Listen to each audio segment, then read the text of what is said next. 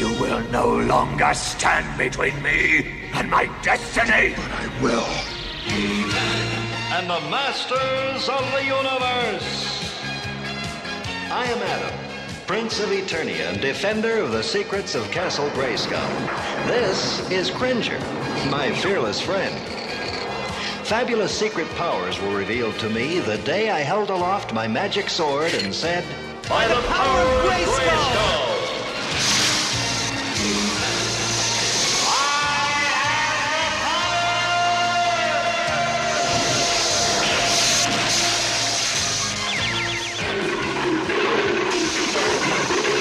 Cringer became the mighty Battle Cat, and I became He-Man, the most powerful man in the universe.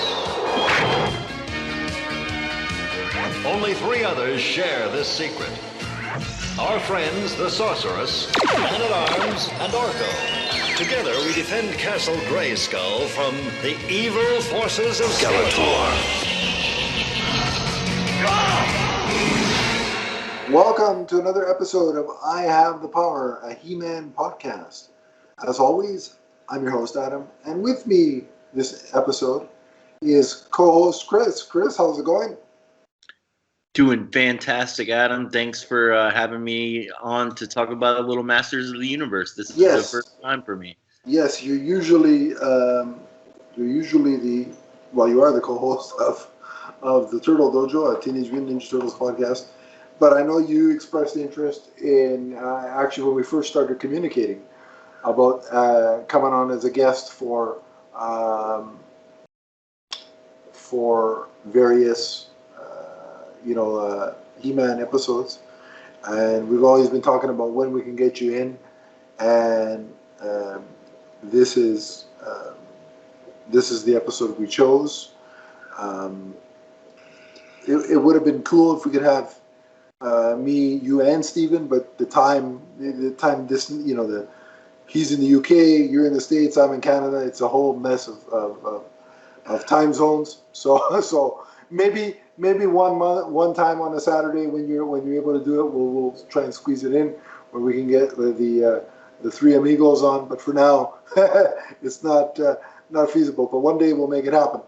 But on today's episode, the bulk of the show, or the meat and potatoes of the show, will be the DC Universe versus Masters of the Universe miniseries from back in 2013, I believe it was, and it was a 6-issue miniseries, correct? Yep. From DC Comics.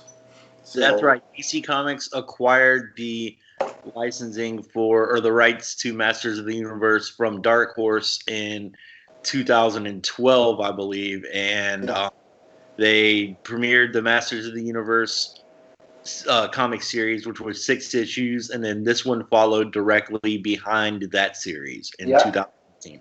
And then it eventually became an ongoing for a while, and then had a couple of minis since. So we're going to try and cover. I know we've done it backwards and went with this first, but we should have done the 6-issue one,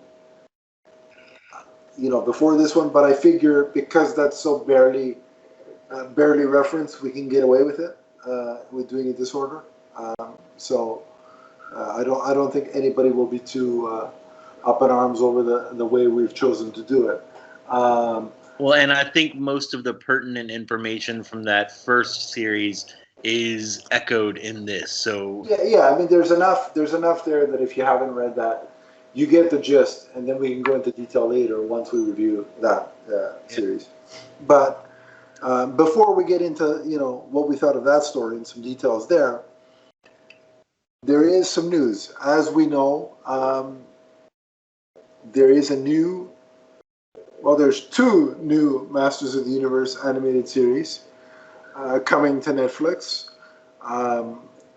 One being a computer, I don't know if it's 3D, but it's a CGI computer animation kind of series. More of a reboot aimed at a younger crowd. which is coming from Brian Q. Miller, who did a lot of writing for the Smallville season 11 comics, if you remember. But before that is coming Masters of the Universe Revelation, which is, of course, from Kevin Smith. And it's being done by the animation studio that has done the Castlevania animated series for Netflix. And just, I want to say about maybe 3 or so weeks ago, we got some first look images, Chris, from the series. What do you make of them? What do you think of them? We got, we had a shot of kind of classic looking Princess Tila.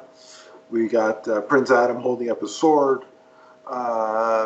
We got He-Man on Battle Cat. We got kind of like more of a warrior Tila, kind of with a group of fellow female warriors. And Evelyn was actually in the mix of that photo, so I wonder what's going on there. We got He-Man riding Battle Cat, and we got a Skeletor image. So what did you think of that imagery? I think that the images that we saw were faithful to the original animated cartoon while being updated for a new generation. Yeah. To me, when I saw them, I saw like a hybrid of classic Masters of the Universe and the 2000 series. It was like a blending of the two styles, if that makes any sense at all. Yeah, I agree with that for sure. With the animation technology that we have now, there's a lot more that they can do in terms of detail and certain things like shadows and shading. And they updated He-Man's haircut a little bit. It doesn't look like he has the same like Prince Adam bowl cut from. Yeah, it's not out of the 80s. Yeah, it's a little bit more, contemporary. But I really like the looks of them. Moss Man in particular, I thought was fantastic. And Skeletor looks pretty, it's menacing and badass as well. But for me, what's always going to get me, and it was so good that I made it my Twitter banner, but He-Man riding Battle Cat. I didn't even notice that you did that. That's awesome. That, like, look, I'm all in on this series. Like, my hero fandom, and I've said this on other podcasts before, but it started like, here's the order, okay, of my fandom as I saw these things and as it started.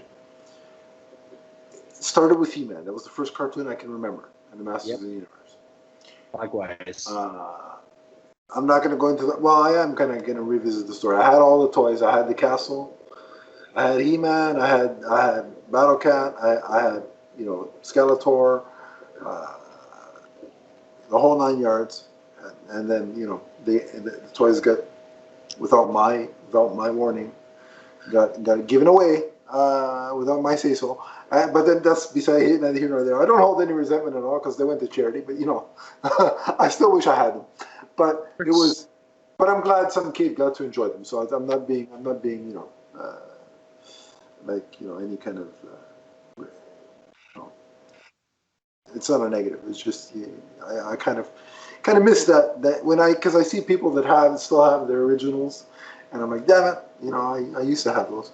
But so it was Masters of the Universe. The next thing I saw was TMNT. After that was Zorro. Shortly after that was Batman the Animated Series, and then Superman. So that was my, the order of the way I saw things. And so this property will always have a soft spot and a place close to my heart for me. And this is the only character, to my knowledge, hero character that has my name. So, of course, I'm gonna, gravitate towards that. But so, but when I saw those images, I'm like, damn it, these guys are gonna make me spend money on action figures, and I've already pre-ordered Battle Cat. Nice. I've pre-ordered the what is he called? The Super Skeletor, whatever the hell he's called. The transformed version of Skeletor, and it hasn't gone up for order on Amazon yet, which is bugging me. But I'm waiting for the He-Man, and as long as I have all those three, I'm good. Like, I don't need the whole line. I just need those three, and I'm happy. So that's what I've done. So I'm very excited. Clearly. But we have a release date as well, which is July 23rd, which is a Friday. Well, I guess I know what I'll be doing that weekend. But what I'll be doing is I'll be watching it on a Saturday morning because, I want to relive the experience. So I'll have a nice bowl of cereal and be in front of the TV watching Netflix. I'm hoping that my son will watch this with me.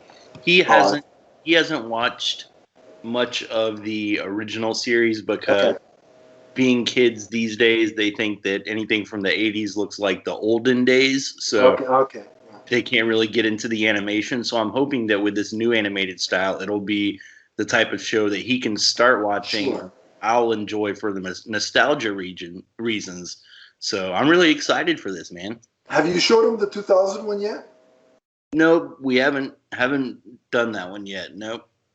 Okay. And then the good thing is there's also which I'm sure you're going to watch for because of your kids, the second show as well, the reboot one, right, where they can really start, kind of on the ground floor kind of thing. So that'll be fun too. You have two chances to get them exposed to the property. Indeed. But just to remind people, because it's been a while since we've put out an episode, but do we have the cast list, correct? Oh, we sure do. All right, let's run it down for us, Chris. Okay, so first of all, we have Mark Hamill as Skeletor, which is my favorite casting. Yeah. I mean, Mark Hamill, my son's name is Luke, so I'm a huge Star Wars fan. Right. So to have those fandoms being able to cross over with Mark Hamill playing Skeletor, that's just awesome for me. And for me, the Joker's playing Skeletor, so I mean, two of the most iconic animated villains, for sure. Like, He-Man's in trouble when that's happening. Who else do we have? Okay, so we've got Chris Wood as Prince Adam / He-Man. Yes. Lena Headey as Evil Lynn. Sarah Michelle Gellar as Teela. All right, now that one I got to call out because, when I was a teenager, Buffy was on, and I had the biggest crush on Sarah Michelle Gellar. She is anybody that's been keeping up with the other podcast, she is on the Hall of Fame edition of my Multiverse Wives list. So there's that. So to me, I mean, if you're going to get anybody to voice Teela, I can't think of anybody better. But carry on. I had to go on that mini Sarah Michelle Gellar love fest for a second. But go ahead, continue. Hey, Sarah Michelle Gellar love fest is always welcome here. Stephen Root as Cringer, and I'm assuming Battle Cat also, but it just says Cringer. All right. One of my favorite voice actors, Diedrich Bader, as both Batman. Yeah. He's so great. He is both King Randor and Trapjaw. Sweet. Let's see. We've got Jason Mewes as Stinkor. That's so perfect. Just so perfect. Henry Rollins as Triclops. That's interesting casting.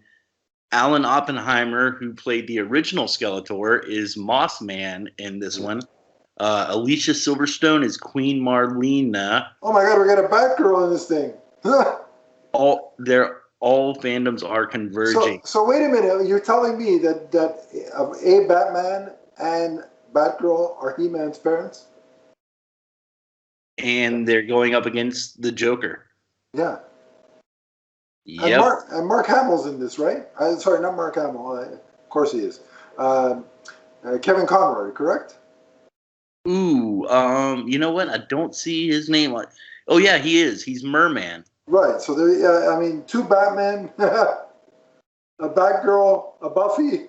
I mean, this show is just like it's borderline insanity, like the Flash movie. We got two Batman. We got God knows who else. This is great. I mean, what a cast. I mean, Kevin Smith is just really, like you said, it's a bunch of fandoms converging. And I wonder how much of the credit does go to Kevin Smith, because that he's the type of creative person that a lot of people like to work with. That's how he's able to get these mega stars to show up in his smaller budget films. He's able to get guys like Matt Damon and Ben Affleck and even Mark Hamill. So I got to think that his cachet is inviting a lot of these people to take part in this project, and I'm really looking forward to it. It's all shaping up really well. I mean, but just think about it. Like Lena Headey, who is Cersei from Game of Thrones, right? Yep. I mean, can you think of anybody more perfect to play? Like, if they were casting the live action version of Evelyn, I'd say cast her. Yeah, absolutely. And to have her voice, I'm like, all right, I'm in. So. Like I said, I cannot wait for this thing. And it's going to be a struggle not to watch it all in one sitting. I'm going to try, because I know that if there is a season 2, the potential wait could be quite a while, right? So when I watch a Netflix property, I tend to do one episode a night. Okay. I don't even know if I'll be able to pull that off with Masters of the Universe Revelation, but I'm sure as hell going to try. But I'm not a Green Lantern, so I don't know how good my willpower is. I'll be just straight up and say that. Interesting, because we're going to be talking about comics in a second. Remember how you said DC purchased a license from Dark Horse? Yep. Well, apparently it seems like the licenses went back to Dark Horse, because they are publishing the 4-issue prequel to Masters of the Universe Revelation, which also comes out in July. It's a 4-issue miniseries, and it's coming out in July. So it starts in July. So I hope this means that there are plenty more Masters comics to come, because I just think they're great. And bring it on. It's just, to me, I need this cartoon back in my orbit. So I can't wait. I have the countdown clock going.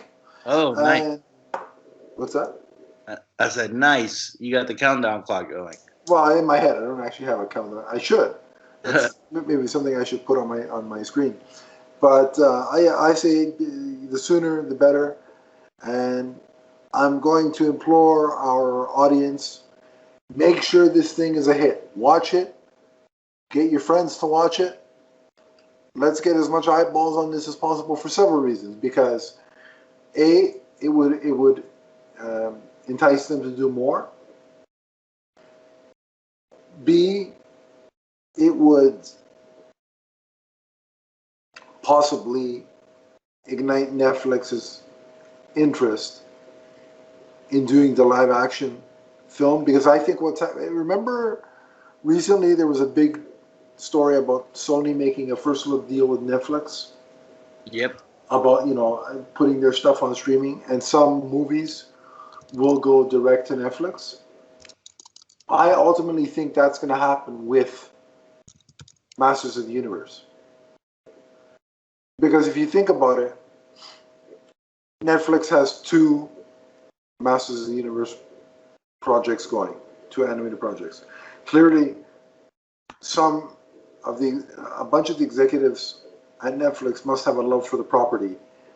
Therefore, I think that's what's eventually going to happen with the live action movie. It's going to move over to Netflix.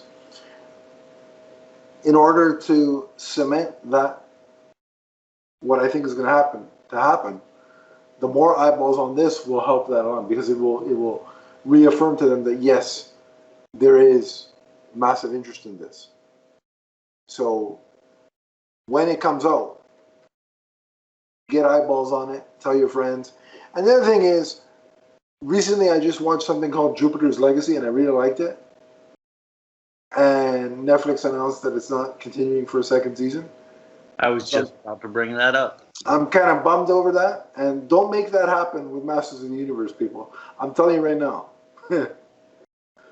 Adam will be very upset if that happens. So, let's do everything we can to get as much viewership and attention on Masters of the Universe Revelation. But we, of course, will have more information as it becomes available, and then, of course, we'll have discussions about the actual show and the comic when they debut, respectively. So, with that news, sort of taken care of, now we'll move on to looking back at the DC Universe versus Masters of the Universe crossover. So, Chris, give us a brief synopsis of the overall story. Oh wow, there's a lot going on here. To a brief synopsis. Skeletor has come to Earth to siphon all of the magic from the Earth's life force, and He-Man and the small crew are dispatched to Earth to try to return with Skeletor to fight off Hordak. They need Skeletor's powers to fight off Hordak. Yes. As the story plays out, we see the heroes from Eternia be involved in several misunderstandings on Earth, which lead to battles with the Justice League of America, and the Justice League Dark, before the end when the Eternians and the Earth heroes have to team up to take on no spoilers yet, but the main bad guy who has been puppeteering Skeletor the whole time. Right. That was a good synopsis. Well done. It was a tough ask, but you did well. Right. Thanks. I really like the fact that it starts in the middle of a war zone, on the outskirts of Eternia. And the forces of good are in such disarray that, He-Man, and, the whole group, Tila, all of them, decide that the only way that we can turn the tide of this war is to team up with Skeletor.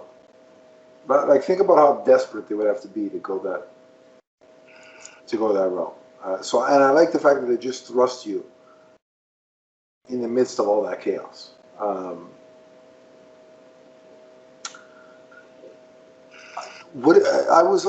remember when this was first announced, I was curious with how they were going to get these two worlds to come on. And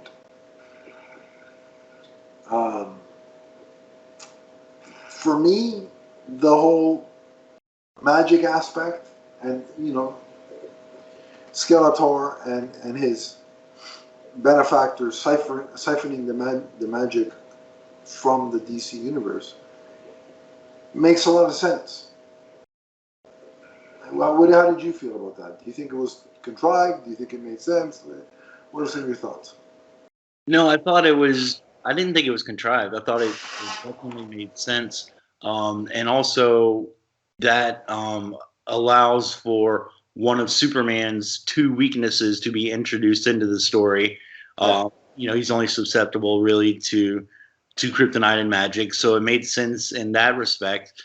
And I liked their explanation that on Eternia there are mages practicing magic all over the place, whereas on Earth they say there's probably only a couple of dozen practicing mages, and that's why the magic life force hasn't been used up yet, why it's still so bountiful. Sure. Yeah, that does make a lot of sense. And it's a great way to bring in, the likes of Zatanna, Constantine, Madame Xanadu, all these people. The funny thing is, you could really then obviously this was at the beginning of the New 52, so that's the version of the DC universe that we're getting, right?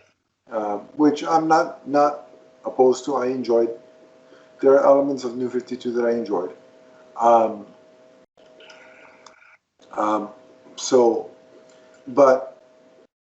I like the reveal fairly early on that He-Man's mother was stranded on Earth. That was really an inventive way, by Skeletor, of course.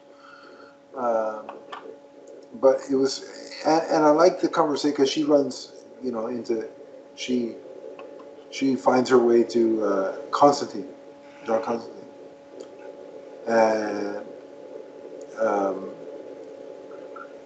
there's a whole discussion about how, on the respective universes. So on Earth, Skeletor, He-Man, and all those characters are storybook myths, right? Right. And then on Eternia, characters like Constantine in the DC universe are storybook myths. So I kind of like that there's that back and forth kind of, that they're both myths, and from depending on which universe you're in. Yeah, they occupy different dimensions, but Yeah. their exploits have crossed over between dimensions. Their story. Right. Yeah. So I really like that kind of angle. I really liked how formidable Skeletor was for most of the story. They really made him a threatening entity. Well, yeah, in issue 2, he basically takes care of the whole Justice League for the most part. Right, because he attacks the Watchtower, right, and essentially, decimates most of the League. And so you really get a sense of his power, and in terms of his look, doesn't he kind of look like in this miniseries the Skeletor? I can't remember the name of that version of the character, but like the Super Skeletor from the Revelation action figure that we saw. Yeah, he's a little beefed up with looks like a bit more armor and a little bit more of a menacing look on his face. The eyes are glowing and not so hollow. Right. But along the way, as menacing as they make Skeletor, they also do a good job of balancing that he's working at the behest of another entity. So should we spoil who that is? I mean, we're talking about book 2, and that does happen in book 3, so I don't see any reason to hold off any longer. All right, go ahead. Let's pull the Band-Aid off. Who's the big bad of this story? Well, going back to what you said about Skeletor's power levels, setting him up this way means that you're also setting up the one pulling his strings to be even more powerful. So that gives you a sense of the power of this mystery being even before you meet them. So I liked how it was built up that way. But at the end of issue 3, we find that the mysterious being is none other than Dark Orko. Yes. So Now, Orko has been consumed by a dark power and is now raging against the universe, basically. and I was kind of shocked by that, to be honest with you. Oh, for sure. I did not see that coming. To quote Quicksilver from Age of Ultron. But I had originally thought, okay, they left the Orko out. And then just for whatever, I mean, there were so many characters that I figured they just left him out. But then to see him like that was such a departure from what I remembered from the animated series. Just because he was the he's the comedic foil of the animated series, right? So you definitely caught off guard when you see something like that. And there are so many artists on this book. I think there's Dexter Soy and Pop Man, I think, are the guys that handle the art duties. Am I right on that? Yeah, and there are even in one of the books for sure where the art duties are split in the book. Like one of the artists does page 1 through 10, and the other does 11 to 20. Yeah. So there were a lot of hands, bringing this to life artistically. But the way Orko looks as Dark Orko is pretty friggin' awesome and intimidating. Oh yeah. I don't know about you, but you let me know what you think of this comparison. You know about Spawn, right? Oh, for sure. You know the villain in Spawn, I can't pronounce the name. It starts with an M. You know that creature. You know the fat clown that turns into that Yes. looking creature, which I can't pronounce the name of the creature, but it looked kind of like something like that. Orko. Had all ablaze and the shining eyes. Yeah. So he looked really, really cool. I don't know why there isn't, or there wasn't, maybe I missed it. Why there wasn't a toy of that, I'll never understand.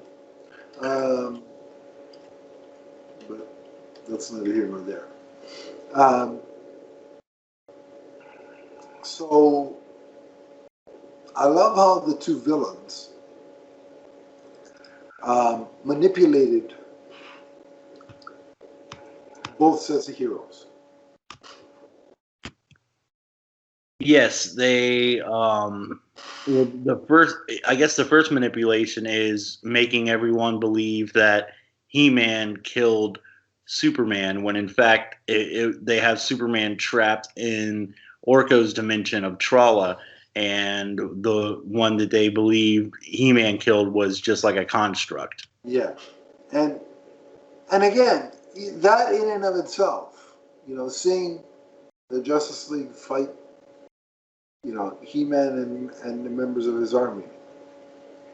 And then the issue ending with, an out of control, what we think is Superman, evil Superman, mesmerized evil Superman, going toe to toe with He-Man, and then He-Man being so overwhelmed that all he could think to do is to stab Superman, right through. What a shocking way to end an issue. Certainly was. And I remember back when I first read it, of course you know that eventually Superman's going to come back somehow. But that's the rational adult me reading this.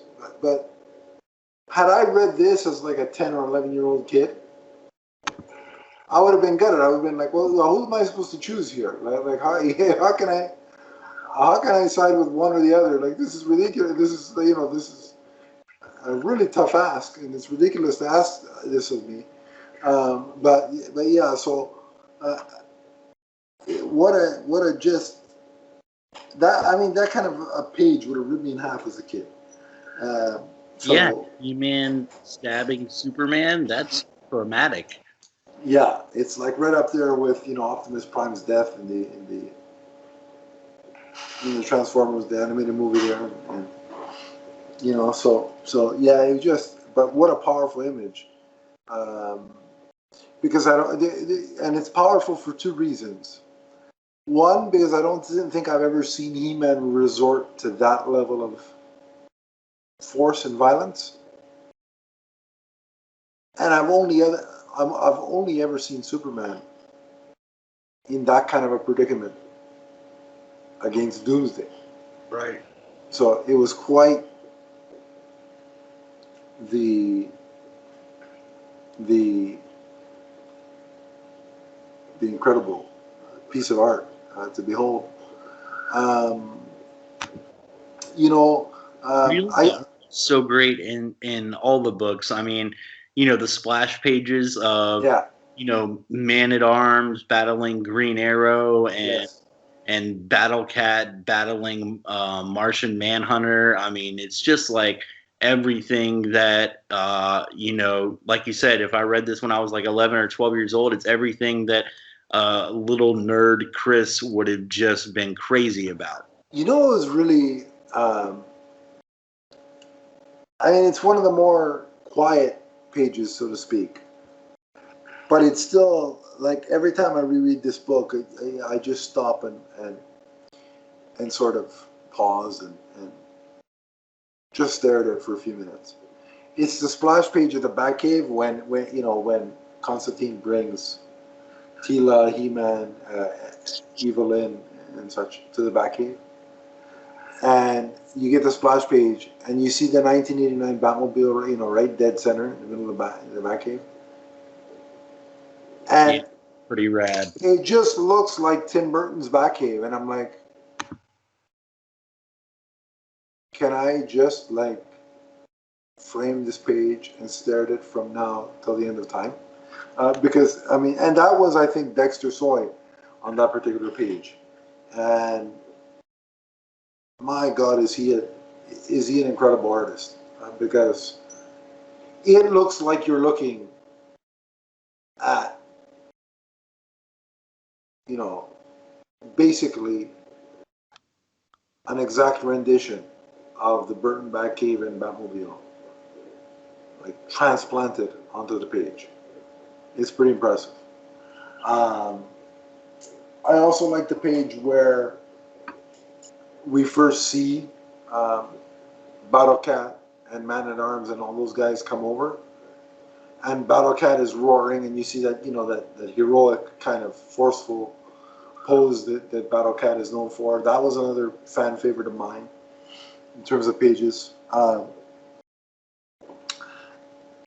In terms of the story, what I really enjoyed was the banter between He-Man and Tila.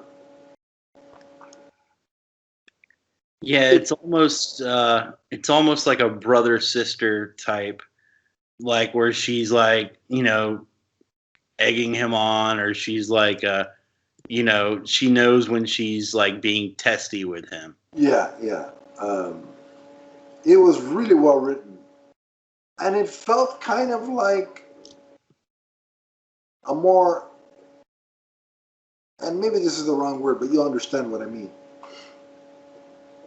It felt like a more mature extension of the animated series. Yeah, I think I would agree with that categorization.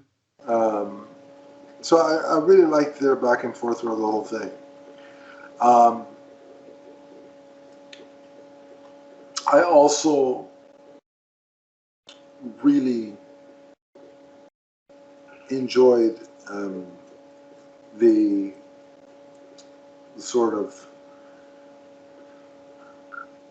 interaction between He-Man and Superman, specifically when they were, trapped in that that other realm, right? Dark Oracle's realm, and they were working together like the real Superman and He-Man. They were working in tandem, and He-Man throws the sword and gives it to Superman. And he even basically says, not many people can wield the sword, only people that are, worthy. It's like, I don't have to worry about that with you or something like that. Yeah, right.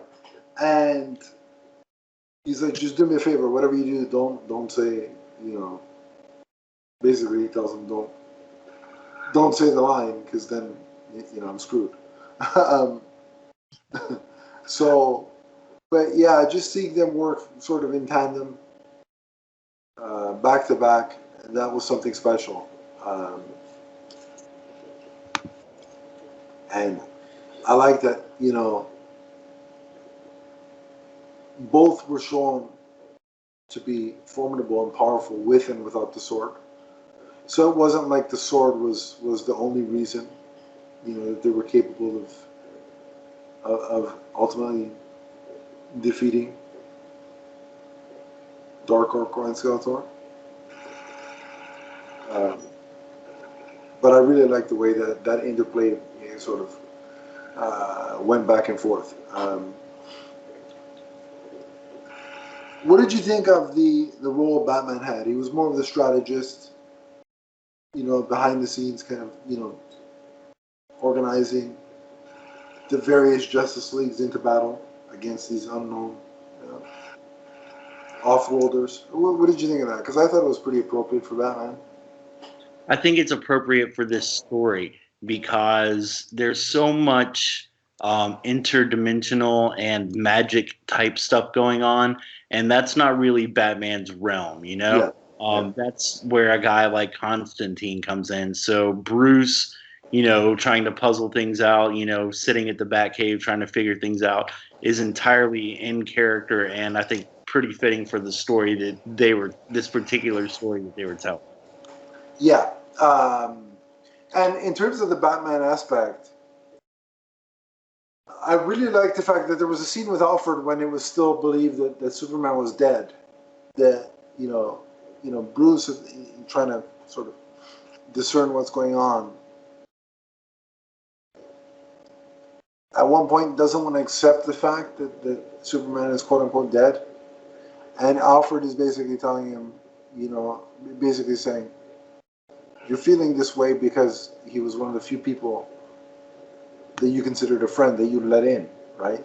And I think that's important because even back in the days of the New 52, where we were dealing with versions of the DC Universe that were just starting out, it's important to show that despite the early days of the situation, that their friendship was one of the things that remained from the reboot.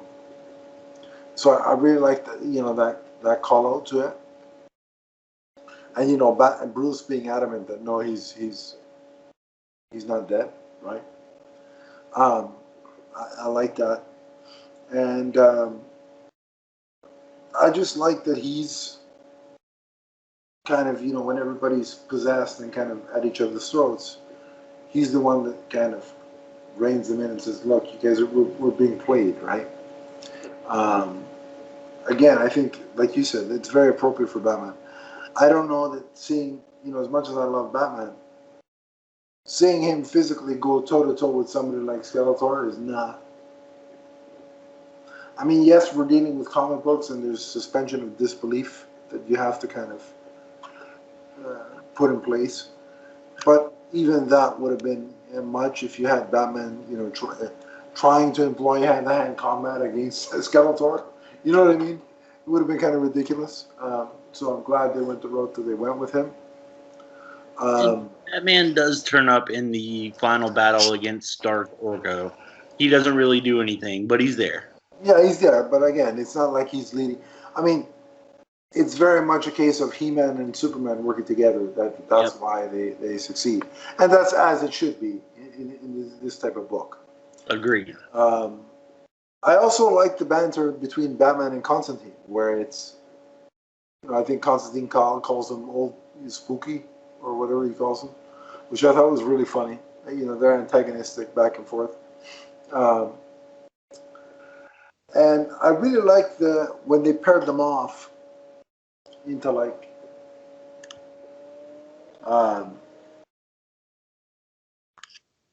pairs to fight. The pairing of Green Lantern Simon Baz with, I think it was Mossman, right? Yeah, that's a pretty good one. Made a lot of sense. Add to that the fact that Swamp Thing interjects when Green Lantern, basically creates a construct of what was it, hedge clippers? I think it was. Oh, it was a chainsaw. A chainsaw, and Swamp Thing showed up. Was like, no, that's out of line. Like, no, you went overboard with that one. You know what I mean? He took offense to that. That was so. Again, they found places to to insert humor where it needed to be, which I felt was very important. And then sort of, we mentioned how Superman and He-Man had to work together. It was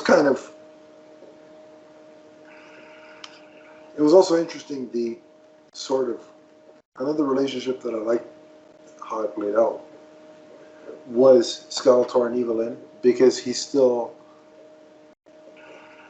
on a pretty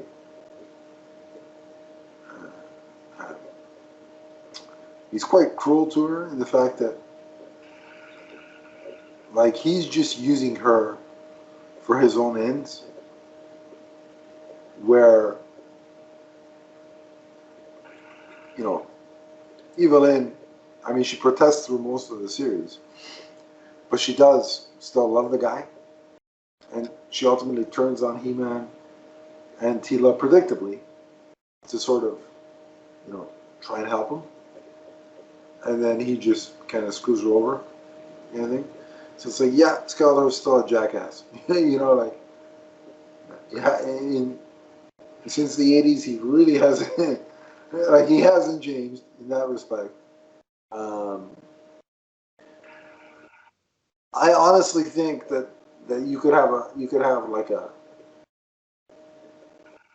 fight for most toxic relationship between Evelyn and Skeletor and Harley and the Joker, and I don't know which one would win that battle.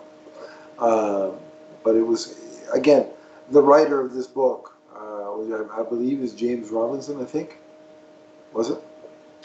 No. Well, the writer, the story writer, was Keith Giffen. Oh, Keith Giffen. Sorry. I think Robinson did the previous Masters of the Universe DC book, the first miniseries. But yeah, Keith Giffen really had a good handle on these characters, and I think wrote it in such a way that had you read the previous comic, you would have picked up on it.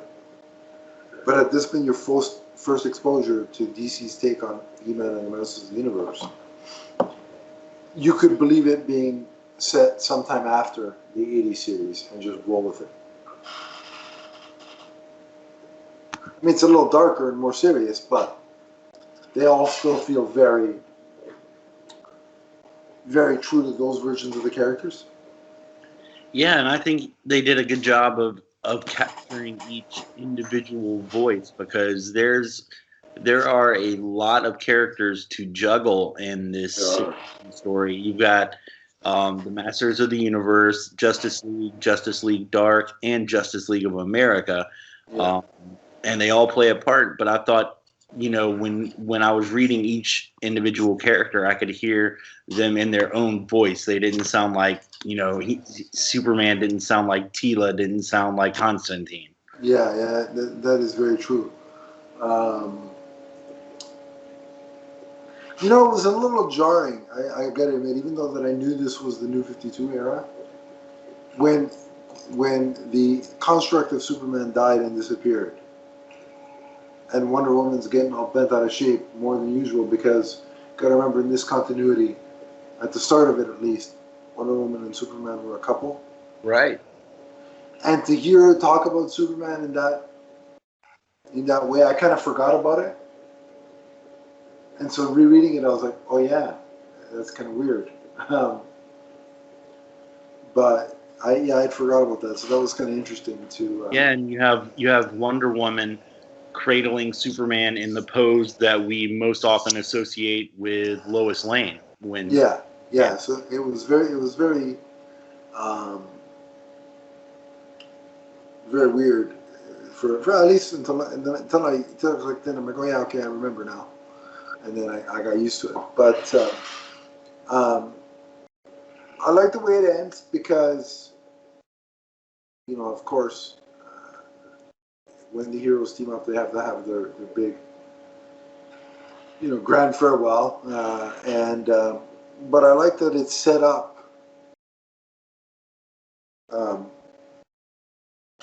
the other Masters of the Universe story. Like, they have to leave his mother on Earth.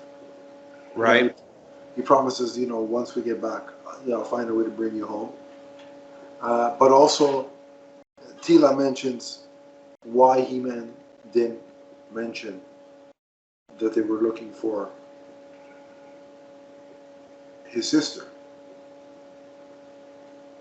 And He-Man mentions, I didn't want to tell her because I didn't want to tell her she had a daughter and then have to take it away from her knowing that she couldn't come back. Right. Help us find her. He said it would only be cruel to let her know she has a daughter she might never get to know. Right.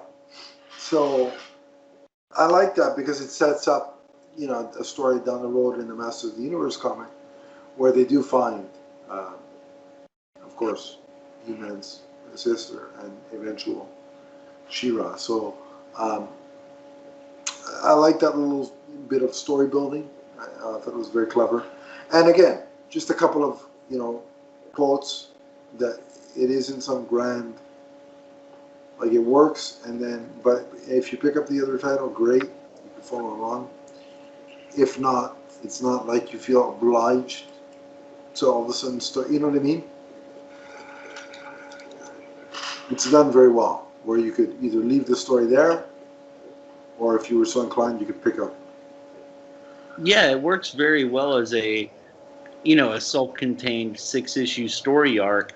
But as you say, the end sets it up for you to continue the journey if you want to.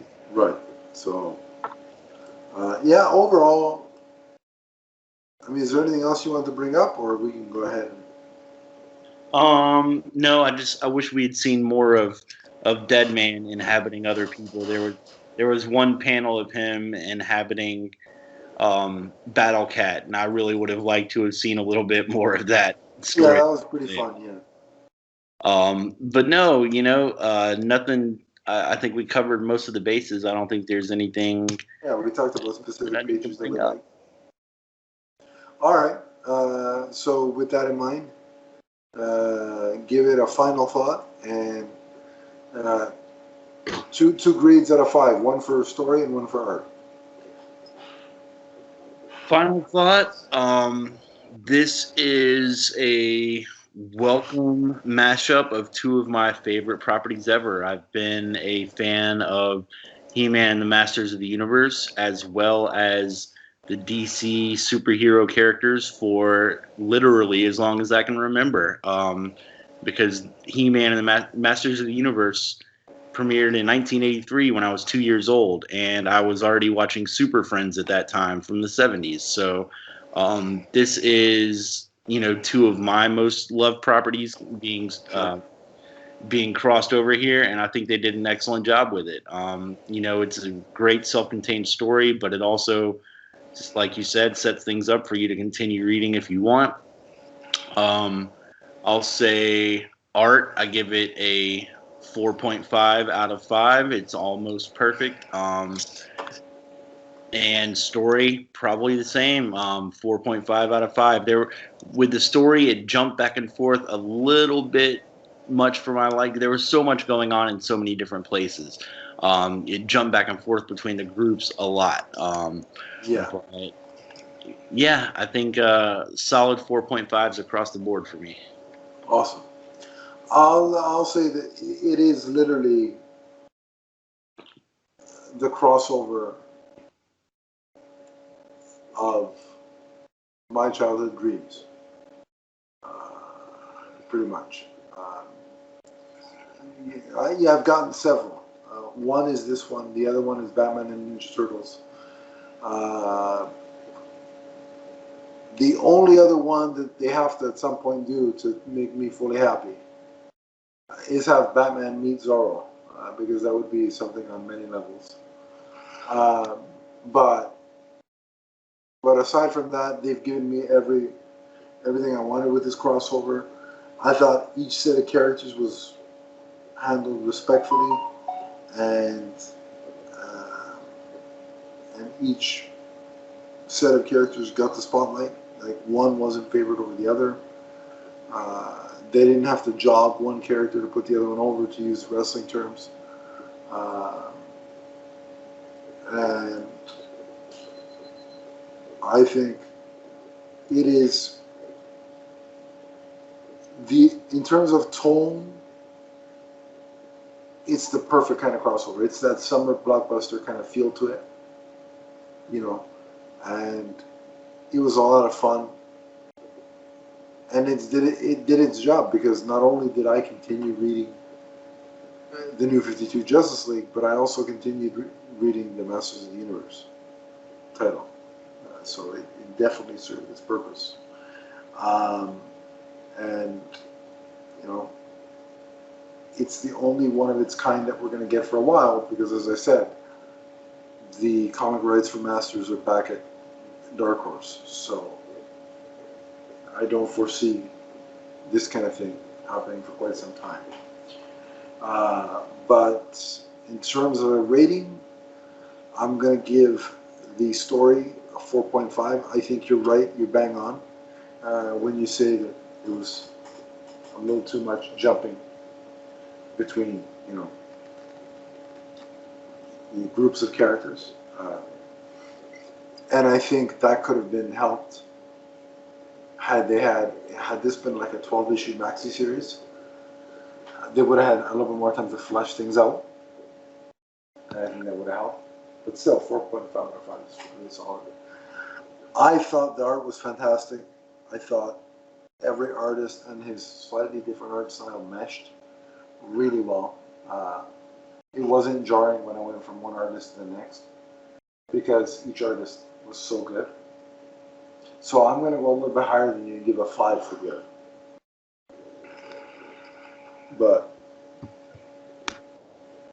yeah, that's my thought on it. I thought it was great overall. So that brings this episode to a close. We are going to try and do more Masters comics more frequently. As you know, Chris and I also do the Turtle Dojo, a Teenage Mutant Ninja Turtles podcast. So what we're going to do to kind of give you a good mix of both on a regular basis, Chris and I are going to continue to converge monthly, and we're going to alternate months between a Masters of the Universe episode and a Ninja Turtles episode. So you're going to get a good dose of both each month. And in the case of July, we're going to try and get one of each, because of the specialness of Masters of the Universe Revelation premiering. So be on the lookout for that. But in the meantime, Chris, if the listeners want to sort of keep chatting with you about either Masters of the Universe, the DC Universe, or even Ninja Turtles, where can they do that?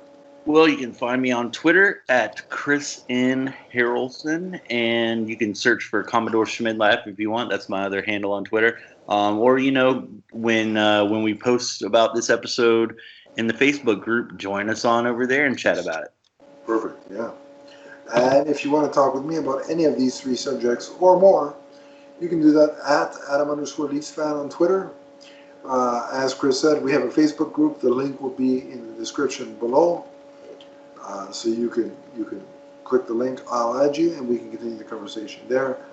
And we also have the podcast network Twitter handle at MMNPDC. So check us out there as well. But until next time, remember that both the Masters of the Universe and the DC Universe are forever. From the first time He-Man clashed with Superman to the last. So long, everybody. Take care. Bye-bye. Skeletor. It's over. Yes. For you. By the power of Grayskull.